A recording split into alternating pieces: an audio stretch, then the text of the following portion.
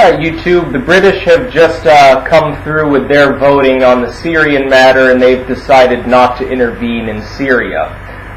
This is, of course, there apparently will be another actual vote later when the UN returns its data regarding the use of chemical weapons, but that isn't expected to change their mind, considering the fact that the UN investigators can't determine who used chemical weapons, just that they were used, which everyone already admits and knows with or without the UN going in to inspect the area.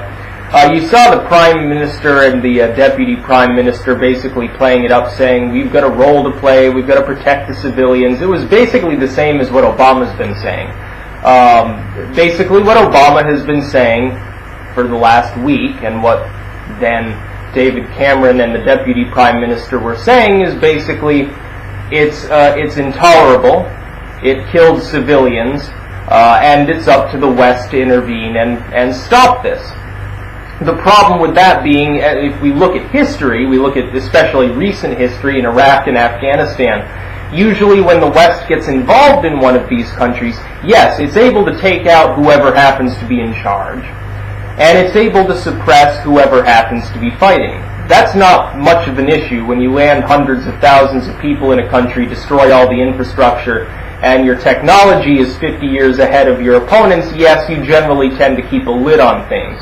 The problem is then withdrawing from the area and making sure it's still stable, number one, and number two, compensating for guerrilla warfare, people who, it's asymmetric warfare. It's not like they're going to march a column of troops at you, backed up with tanks and air support. They'll simply snipe you from a cave, or they'll put IEDs everywhere, and it's a completely different battlefield altogether than what a lot of modern forces aren't used to dealing with that. They're used to dealing with a fairly symmetrical force, which is using standard tactics, not a much smaller, less well-equipped group, yes, but one that's relying on the terrain and improvised explosives. It can be actually a lot more deadly, essentially winning a war through attrition. And the British have shown us their common sense. They pointed out, I watched the debate in their parliament, they pointed out, number one, there's no clear way to know if Assad is the one who actually gassed civilians. Number two, it's an unpopular, literally, that the public is largely against it. It's actually slightly less unpopular in the UK, like by 2%, than it is here. Slightly more popular than in the United States.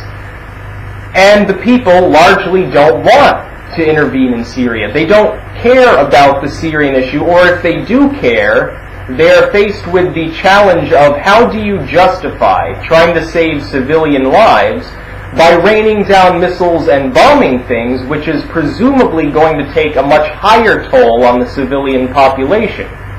As we saw in Iraq, again, the idea was we've got to stop Saddam from killing Kurds, from killing other minority groups, and from generally wearing down his own people. People are dying, so we've got to go in, remove his chemical stockpiles, perhaps biological stockpiles. He's a butcherous, murderous thug. And far more people died in the wake of the U.S. invasion, the U.S. and coalition invasion, than ever died under Saddam Hussein. All of his butchery aside, we killed more people when we were there than Saddam had in a much longer period of time while he was in power, and his fleeing forces were largely attacking the civilian population and going jihad mode rather than attacking our own soldiers. And the British have shown their restraint and common sense in this. And you could tell that if you looked on the face of the Deputy Prime Minister after the vote, he was clearly pissed off. I think, though, there's also this, which is actually a little bit of a bad point in this whole thing. Yes, the idea was defeated, which is very good, because we shouldn't be going into Syria. The bad part being it was actually a fairly close vote. Over here in the United States right now, what you see in Congress, people are starting to get a little bit worried. Because Obama's claiming he does not need congressional approval to strike Syria. a handful of Congress people, mostly people like McCain who are war hawks, and people who are very close to Obama claim they don't need congressional approval. The corpus of Congress does believe he needs congressional approval. He needs a vote, clearly, to do this. And if you look at the Constitution, and if you look at all preceding law, and if you look at the proper manner of military usage for the commander-in-chief, it's clear the president is supposed to ask Congress to use military force. Whether a declaration of war is explicitly given or not, Congress is still supposed to accede. What Obama is saying is he doesn't need congressional approval, that he's so all-powerful that he doesn't need to ask them that question, which is clearly wrong. There are actually people, again, as before with the NSA and the IRS and Benghazi and all of these things that keep snowballing and becoming larger and larger, there are more and more people looking kind of seriously at the option of impeachment if he were to do this. The United States can't count on Britain to join them. They can't count on most of these Arab League nations to join them. We've got the French, and that's essentially it, and the Israelis, who, of course, never fight their own battles. They prefer to let the United States do it for them and give logistics support. This could be a very bad situation for the United States. You look at what's happening in Syria right now. There are anti-aircraft sites all over the country. We're not exactly sure where all the chemical weapons are, although we have a good guess. The problem being if you attack a chemical weapons stockpile that's being kept generally near an urban center, what happens if it vaporizes, it actually detonates, and then you end up raining sarin on an urban population. Assad's forces are much better equipped than Saddam's forces were, even though his country is geographically smaller and disproportionately less wealthy because it has less oil. Assad is not to be taken lightly. Now, I also heard a lot of people who, again, voted against the idea of going into Syria, but were willing to say, yes, Assad's a terrible butcher. I don't see that as true. If you actually look at Syria and its recent history, Assad has been fairly respectful of most minority groups within that country. Christian movements, Islamic movements outside of his own branch of Islam, even Judaism, which is in most Islamic cultures are not very tolerant of Judaism. Assad really doesn't seem to care about these sectarian differences, and largely has said if someone's not raising trouble, it makes absolutely no difference to him. In reality, I really fail to see how he's been all that bad of a person. It's actually difficult to understand why people think that he's some sort of evil, maniacal, genocidal butcher. I can't seem to find, studying the issue, any real evidence that that's the case. We've got anecdotal reports that he's gassed people. It seems more and more likely that he never has actually used chemical weapons, and if he has, it was in a handful of instances where it was against an opposing militant force that was not in an area populated by civilians, so it seems like that's kind of out of the question. You've got the business with the Jordanians, yes, and the refugee situation. You've got claims that his soldiers have attacked people trying to flee the country. Again, it's not entirely clear that's true. If it is, it's not entirely clear that it's not some rogue commander doing these things with or without Assad's consent. There are too many questions about the country, about the way it's being run currently, to really say that yes, Assad is in fact an evil, maniacal individual. One of the people in the parliament was saying, yes, we know he's bad, but then we have to determine whether he's mad. Is he mad enough to gas people? I would say, all feelings aside, because I don't support dictatorship as a form of government, so yes, I would believe that Assad has erred in that way. But I can't declare him to be insane on that basis. I don't think any rational person can, without evidence that something clearly morally wrong has actually been done. I don't think there's any evidence. Now you have, actually, it's right here on 911 Buff, who, by the way, I'll put the Twitter link in the description. I don't use Twitter, although I keep up with his page regularly. Very, very good Twitter feed. I don't know how he gets his sources, but they're almost always completely accurate. says things, I don't know, he must have some sort of supercomputer filtering things out. But anyway, the U.S. has intercepted Syrian generals' chatter among themselves about chemical attack after the chemical attack last week. Okay, that's fine. Number one, my first question would be, does this indicate that they were talking about having actually used them or simply discussing the event? That would be my first question. Number two, Obama or the Security Council in Congress or any of these other groups that would be privy to this information, can they actually show this information to the public? Of course they can. It's classified material. But if you're going to say that you have proof, you should release it to the public. Because then you'd have your excuse to actually carry out your wishes in Syria. If you truly want to attack Syria, and with or without Congress's approval, I would assume it'd be much easier to get their approval if you could prove Assad ordered a gas attack. Why would you then not release this information to the public? Why would you simply say, we have the info, but we can't give it to you? It doesn't make much sense. It's a completely nonsensical way to go about things. If you have the proof, show us the proof.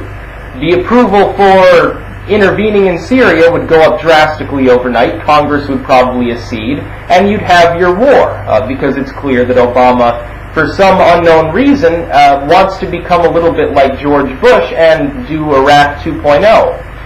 This from an individual who largely blasted George Bush about the Iraq War when he was running for the president the first time around, and who blasted Mitt Romney for, of course, wanting to go to war with Iran, who blasted John McCain for his comments about Iran, Syria, Libya, all these other places. You have this individual who largely, like I said about John Kerry, was a peacenik, was very anti-war, almost anti-establishment when you first heard him in 2008, in 2007, 2008 when he began his campaigning. Almost came off a little bit like a JFK 1960s era hippie sort of flower child individual.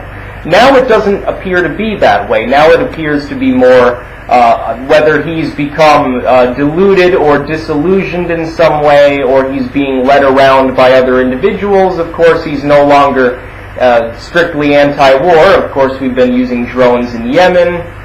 We've been cheering on the overthrow of various governments throughout the Middle East.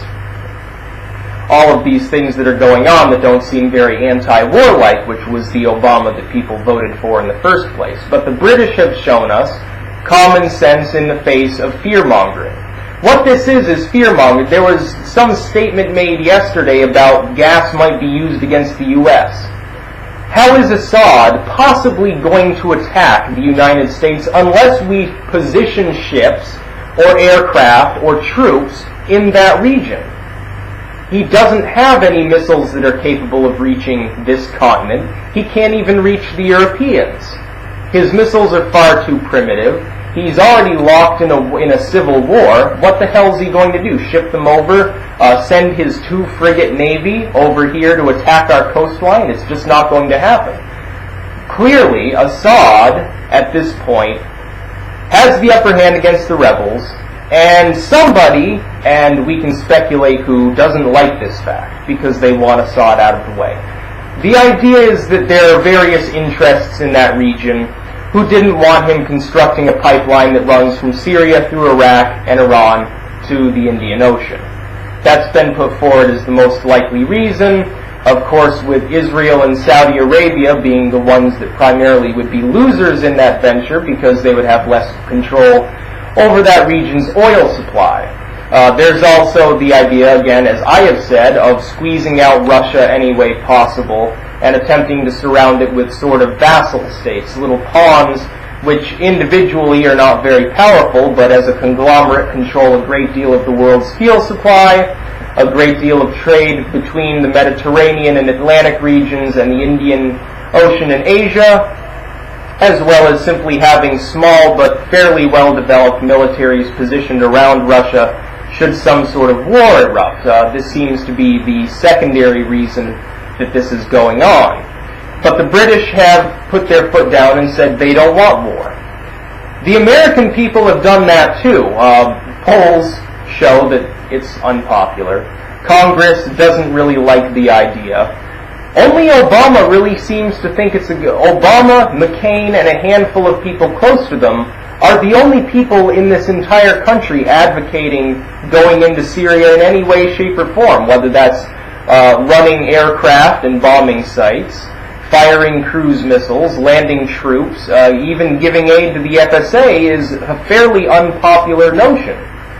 I think Obama needs to do what the Prime Minister promised to do just today, well, the Deputy Prime Minister speaking for him, when he said that he would respect the democracy, respect the wishes of the House of Commons, and respect the wishes of the British people. While our own version, the House and Senate, the American population, and largely everybody else over here is against this idea. Obama needs to step back and say, no, he's not going to go into a dick-sized contest with Assad, because that's exactly what it is. Obama said that chemical weapons would cross a red line. Now he's painted himself into a corner because he did say that, and of course before, the media hushed up the chemical weapons strikes. I think what Obama hoped is that he would get his quick strike, get to come away with a minor conflict on his shoulder, without any lives lost and without any great public outcry, and said, yeah, we taught Assad a lesson, hoorah for the United States. I think that's what he wished. Unfortunately, I think he underestimated Assad's capability of drumming up support from Iran and Russia. I think he overestimated what his likely popularity would be at the time. I think this was in the plans for some time. I think he underestimated how unpopular it would be, not only with the public, but with Congress, and I think now he's painted himself into a corner. But if Obama goes it alone, decides to strike Assad, his forces, without congressional approval, without evidence from the UN, without a coalition of allies, and without the consent of the American people, he has gone rogue as the president. He has ignored everybody who is supposed to be managing his actions through their own desires. This is not an imperialist state, this is a republic, and he would need to be impeached. He would need to be impeached on the basis that this decision he has made, number one, has no constructive result. Number two, is dangerous and could potentially escalate the conflict in the region and cause more death and suffering. And number three, is not liked by the population or by their representatives in Congress. If David Cameron were to invoke his powers and send troops anyway through Britain, there'd be a revolt in Britain. Not necessarily literally armed revolution in the streets, but people would be certainly protesting. The House of Commons would be in an uproar, at least his political opponents would be. And there'd be all sorts of problems. The government's popularity would tank overnight. Well, what do you think is going to happen to Obama if he goes through with this? I think now he's gotten to the point where he realizes something. And Obama seems to have made a very grave tactical miscalculation here. He assumed that Assad would not do anything like he's done, because Obama probably figured if he simply said it would be a red line, Assad wouldn't dare cross it. Whether or not Assad's the one who actually used chemical weapons, that line has been crossed in Syria. Now Obama's faced with a choice. He can either look weak to the Middle East and project weakness to our not necessarily enemies, but our competitors in Russia and in the EU and elsewhere, or he can make a very, very unpopular decision and risk the very real possibility that he gets impeached over it. It's not looking good for Obama any more than it has in the last 6 months since all of these scandals started. But my hope is that Obama will listen to reason, listen to the people in the United States, listen to Britain as well, one of our major allies in Europe, listen to people and step back and say, okay, Assad can go on attacking the FSA, and he could easily, all he has to do is make up an excuse like, we've received additional intelligence that we're also not going to show you because it doesn't exist, but hush it up. oh, we've received additional intelligence. It was actually the rebels that used chemicals. Or we can't determine that chemicals were used this time either.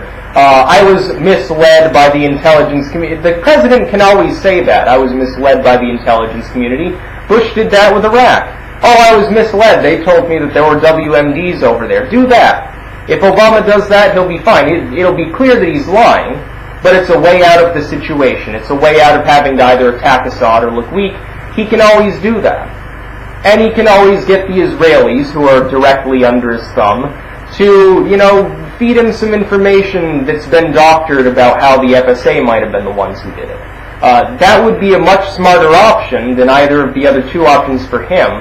And it's certainly smarter than making ourselves look like assholes over in the Middle East, wasting yet more money, and potentially inflaming the situation by attacking Assad. But anyway, kudos to the British for showing restraint, for not giving in to the fear-mongering of David Cameron, because it's clear that was what he was doing. It was sort of he comes off as having tried to look like Thatcher or Reagan and failing miserably at generating moral outrage and indignation. Obama's trying to do the same thing. It falls on deaf ears at this point because guess what? His popularity's too low to pull it off. Reagan only pulled it off because he was popular at the time. Perhaps a lesson that will be taught in political science classes in the next, after Obama leaves office, will be if you're not a popular president, you probably shouldn't try to drum up moral outrage because people will actually just stop you. That's about it.